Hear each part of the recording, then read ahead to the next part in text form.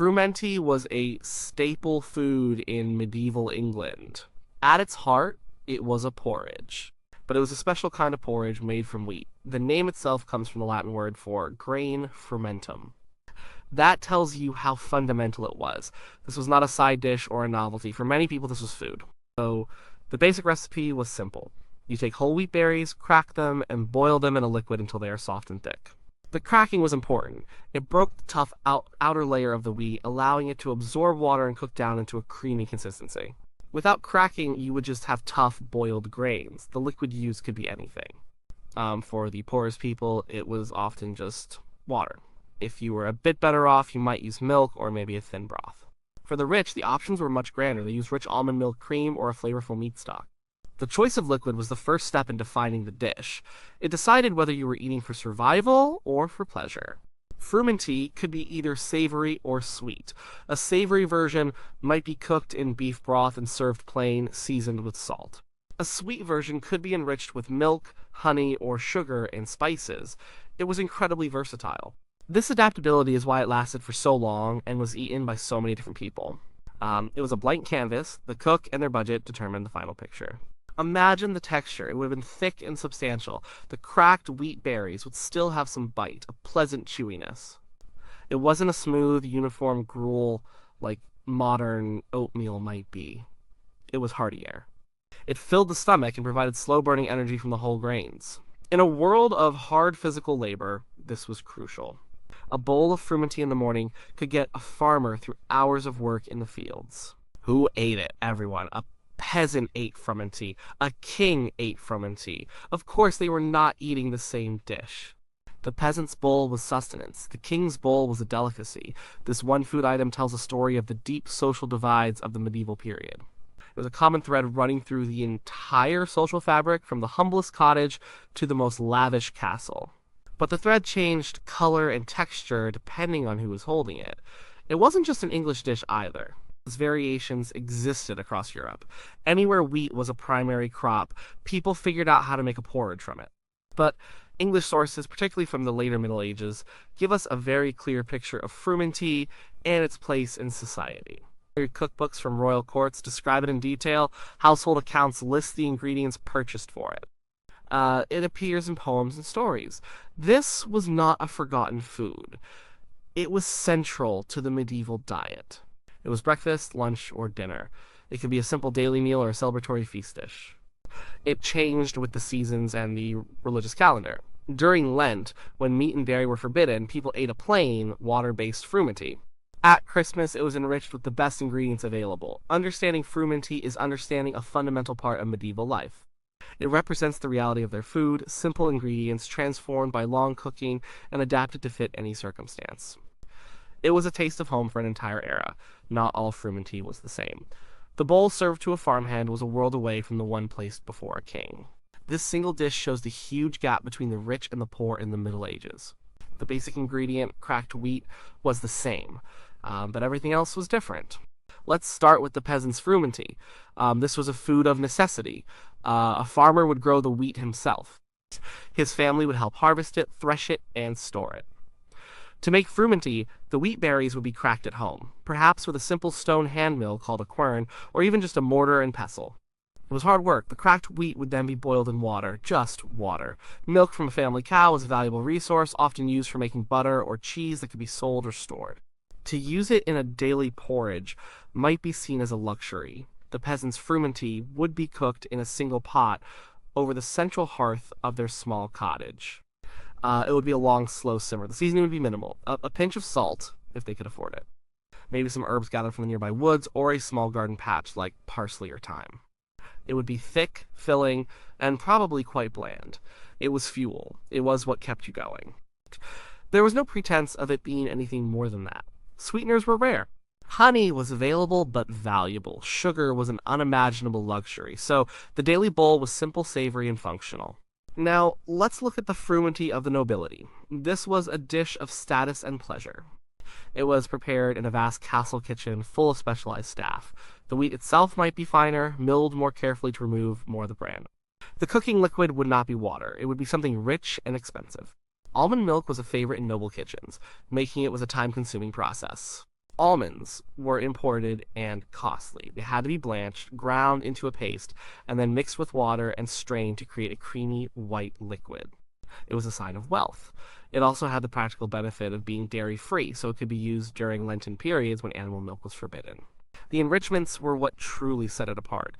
Egg yolks were whisked in to give the frumenty a beautiful, thick, custardy texture. This was a technique that required skill to avoid scrambling the eggs. The color was incredibly important in medieval feasts. Food was a visual spectacle. To make the frumenty a vibrant yellow or gold, they used one of the most expensive spices in the world, saffron. Saffron was worth more than its weight in gold. A few threads would turn the entire pot a brilliant sunny color, signaling to all the guests that the host was powerful and wealthy. And then came the flavor. Noble frumenty was often sweet. The sweetener was not honey, but sugar. Sugar came from faraway lands, transported at great expense. It was sold in hard cones and treated like a spice. The frumenty would be sweetened generously. Then came the other spices: ginger, mace, cloves, cinnamon. These were all fantastically expensive imports, symbols of an international trade network that the lord of the castle could command. The finished dish would be fragrant, complex, and a sensory delight. It might be decorated further, perhaps with pomegranate seeds or other colorful fruits.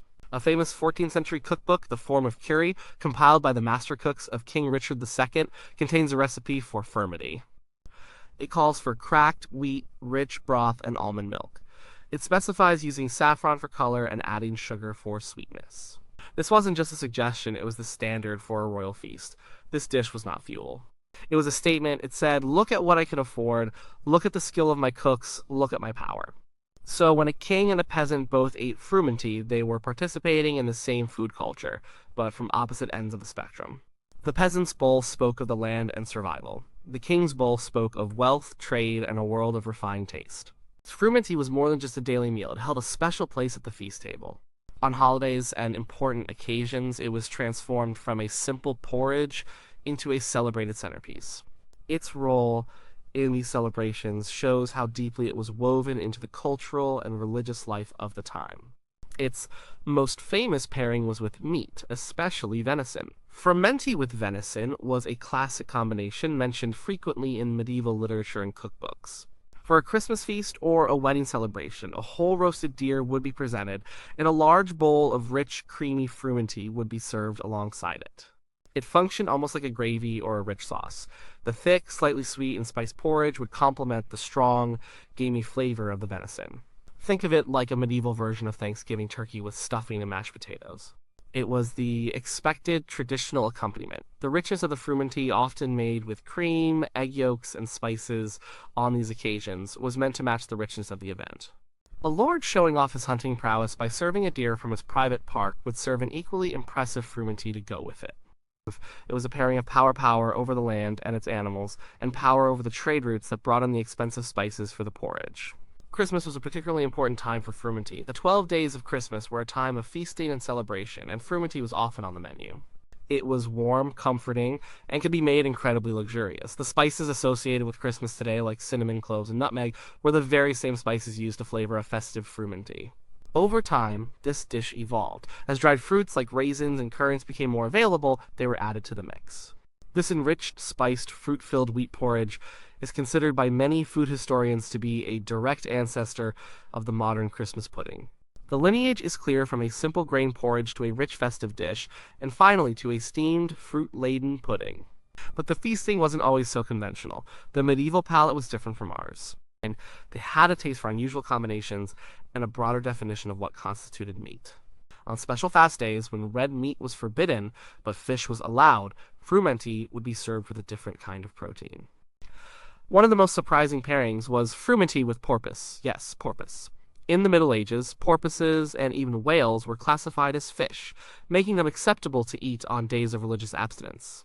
A wealthy household might serve a roasted or boiled porpoise with a bowl of frumenty, likely a plainer version made without eggs or dairy to comply with the fasting rules. It sounds strange to us, but it shows the dish's incredible adaptability. It could be paired with just about anything. Frumenty also marked the other end of the religious calendar, Lent. The 40 days of Lent were a period of strict fasting. No meat, no eggs, no dairy. For the common person, this meant a very lean diet. Frumenty became a Lenten staple, but in its most basic form. It was made with just wheat and water, maybe a little salt. It was filling and provided much-needed calories, but it was deliberately plain and penitential. This Lenten frumenty stood in stark contrast to the rich, saffron-colored, spice-laden version served at Christmas. The same dish could represent both celebration and sacrifice. It moved with the rhythm of the year, changing its character to fit the occasion. It was a constant presence, a reliable food that could be dressed up for a party or stripped down for a period of solemn reflection. Making frumenty in a medieval kitchen was a serious undertaking. It was a slow, labor-intensive process that bore little resemblance to making a quick bowl of porridge today. There were no instant oats or gas stoves. Everything was done by hand using basic tools and the power of an open fire. The process started with the wheat itself. You couldn't just buy a bag of cracked wheat. You had whole, hard wheat berries that had been harvested and threshed. The first step was to crack them. In a household, this might be done with a large mortar and pestle. You would place the grains in the stone or wood bowl and pound them until they broke into smaller pieces. In a larger establishment like a castle or a manor, they might have a quernstone, a small hand-operated mill. One person would turn the top stone, while another fed the grain into a hole in the center. The grinding action would crack the hulls. This was physical work. The goal was not to make flour, but to break the grains. This allowed the liquid to penetrate and soften the tough wheat. Once cracked, the wheat was often soaked, sometimes overnight. This step helped to shorten the long cooking time. It was a practical measure to save both time and precious firewood. The cooking itself happened in a cauldron over an open fire. In a simple cottage, this was the central hearth. In a castle kitchen, it would be a massive fireplace where several pots could be hung at once. The cauldron, usually made of iron or bronze, was suspended over the flames on a hook and chain. This allowed the cook to raise or lower the pot to control the temperature, moving it closer to the heat for a boil or higher for a gentle simmer. The cracked, soaked wheat was put into the pot with the liquid water, broth, or milk. Then the long wait began. Frumenty had to be cooked for hours. It was a slow, gentle simmer. This wasn't a dish you could walk away from. It had to be stirred constantly, especially if it was made with milk or eggs, to prevent it from sticking to the bottom of the cauldron and burning.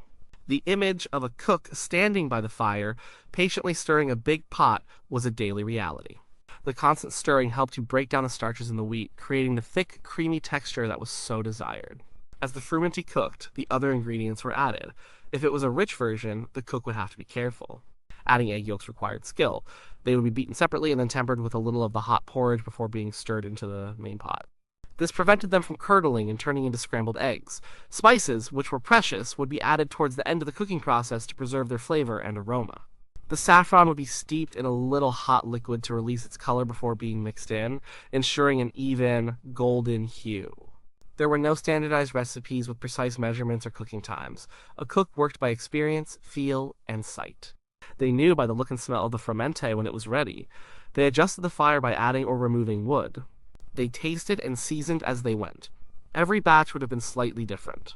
The final product was a testament to the cook's skill and patience. It was a transformation of simple, hard grains into a comforting and nourishing meal, all achieved through the careful management of fire and time. This daily ritual, repeated in kitchens big and small across the land, was a fundamental part of providing for a household. It was a slow food born from a slow world. So where did frumenty go? For centuries, it was a cornerstone of the English diet. Today, most people have never heard of it. Its decline was a slow process driven by changes in agriculture, technology, and taste. Frumenty didn't disappear overnight. It simply faded away as people's lives and their food changed. One of the biggest factors in its decline was the arrival of new staple crops. The potato, introduced from the Americas, had a huge impact. Potatoes were relatively easy to grow, produced a high yield, and were very versatile. They could be boiled, roasted, or mashed. They provided calories and filled stomachs, just as frumenty did, but often with less processing and preparation. For many ordinary people, a dinner of potatoes became simpler and cheaper than one centered around a long-cooked grain porridge. Farming practices also changed. Different varieties of wheat were developed. The focus shifted towards grains that were better for making light, airy bread rather than hearty porridges. The rise of industrial milling in the 18th and 19th centuries made fine, white flour widely available. This changed the way people ate grains. Bread became even more central to the diet, while whole grain porridges like frumenty began to seem old-fashioned and rustic. Tastes were changing too. In the Georgian and Victorian eras, British cuisine went through a major transformation, especially among the wealthier classes. The French cooking became influential, with its emphasis on refined sauces and complex dishes. The medieval love for heavily spiced, sweet, and savory combinations started to wane. And puddings and desserts became more distinct and sophisticated. The simple, honest frumenty was replaced by elaborate jellies, blancmanges, and steamed puddings. The dish that had once graced the king's table now seemed like peasant food. It became associated with poverty and the past. As people moved from the countryside to the cities during the Industrial Revolution, old food traditions were often left behind. The slow simmered pot over the fire didn't fit into the new, faster pace of urban life. But frumenty didn't vanish completely. It left behind a legacy and survived in pockets. Its most famous descendant is the Christmas pudding. If you look at the ingredients of a traditional Christmas pudding, the spices, the fruits, the rich, dense texture, you can see its origins in the festive frumenty of the Middle Ages. The wheat was eventually replaced by flour and breadcrumbs, but the spirit of a rich, celebratory, spiced holiday dish endured. In some parts of England, especially in Yorkshire, a version of frumenty survived as a regional specialty, often still eaten around Christmas. It might be made with barley instead of wheat, but the core concept of a rich, milky grain porridge remained. It became a piece of living history, a tradition passed down through families. Today, there is a renewed interest in historical foods. Chefs and home cooks are rediscovering old recipes and ingredients. Frumenty is being made again, appreciated for its wholesome nature and its connection to the past. People are finding that a bowl of slow-cooked wheat with spices is actually quite delicious. The story of frumenty is a story of how societies change. It shows how what we eat is tied to everything where we live, how we work, what we can afford, and what we believe. For hundreds of years, frumenty was a source of comfort and sustenance for an entire nation. It filled the bellies of farmers and fueled the feasts of kings. While it may no longer be on every table, its memory is cooked into the history of the food we still eat today. It's a reminder that even the simplest bowl of porridge can tell a very long and complicated story.